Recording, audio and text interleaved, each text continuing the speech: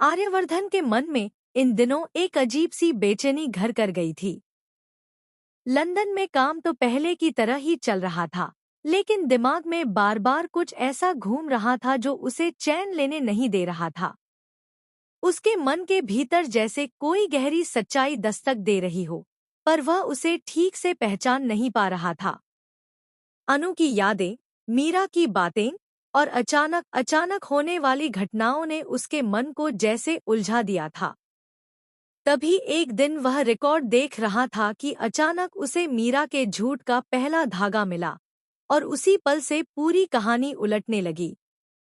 आर्यवर्धन का शक अब डर में बदलने लगा था कि शायद जो कुछ वह अब तक सच समझता रहा, वह सब झूठ भी हो सकता है। जब उसे मीरा पर शक हुआ तो उसने तय किया कि वह बिना किसी को बताए सीधे मीरा के घर जाकर सच्चाई जानेगा। उसके कदमों में एक अजीब सा तनाव था। वह मीरा के घर पहुंचा, दरवाजा खटखटाया, पर मीरा वहां नहीं थी।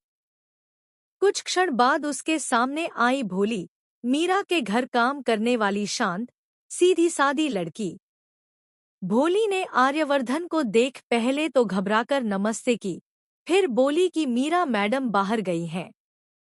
आर्यवर्धन ने यह तो मान लिया, लेकिन उसके मन में सवालों की बाढ़ सी आ गई थी। उसने तय किया कि वह मीरा की मां से भी मिलेगा, शायद वहां से कोई सुराग मिल जाए। कमरे में जाकर उसने मीरा की मां से कुछ देर तक औपचारिक बातें की, लेकिन उसके चेहरे पर बेचैनी साफ दिखाई दे रही थी। वह बार बार सोच रहा था कि आखिर अनु की तबीयत बिगड़ी कैसे। मीरा ने क्यों झूठ बोला कि अनु घर आई ही नहीं, और वह अनु की फैमिली के बारे में इतना क्यों जानना चाहती है। मीरा की हर हरकत अब उसे शक के घेरे में लग रही थी। कुछ देर बाद वह कमरे से बाहर निकलने लगा, तभी उसके मन में एक और प्रश्न आया।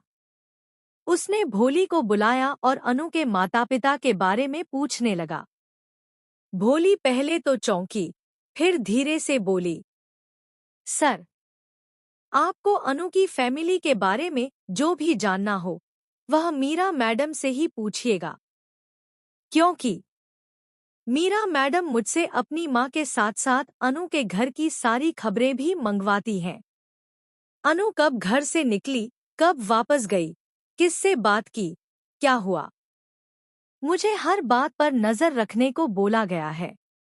आर्यवर्धन एक पल के लिए जड़ हो गया, जैसे उसे किसी ने अचानक भीतर तक झकझोर दिया हो।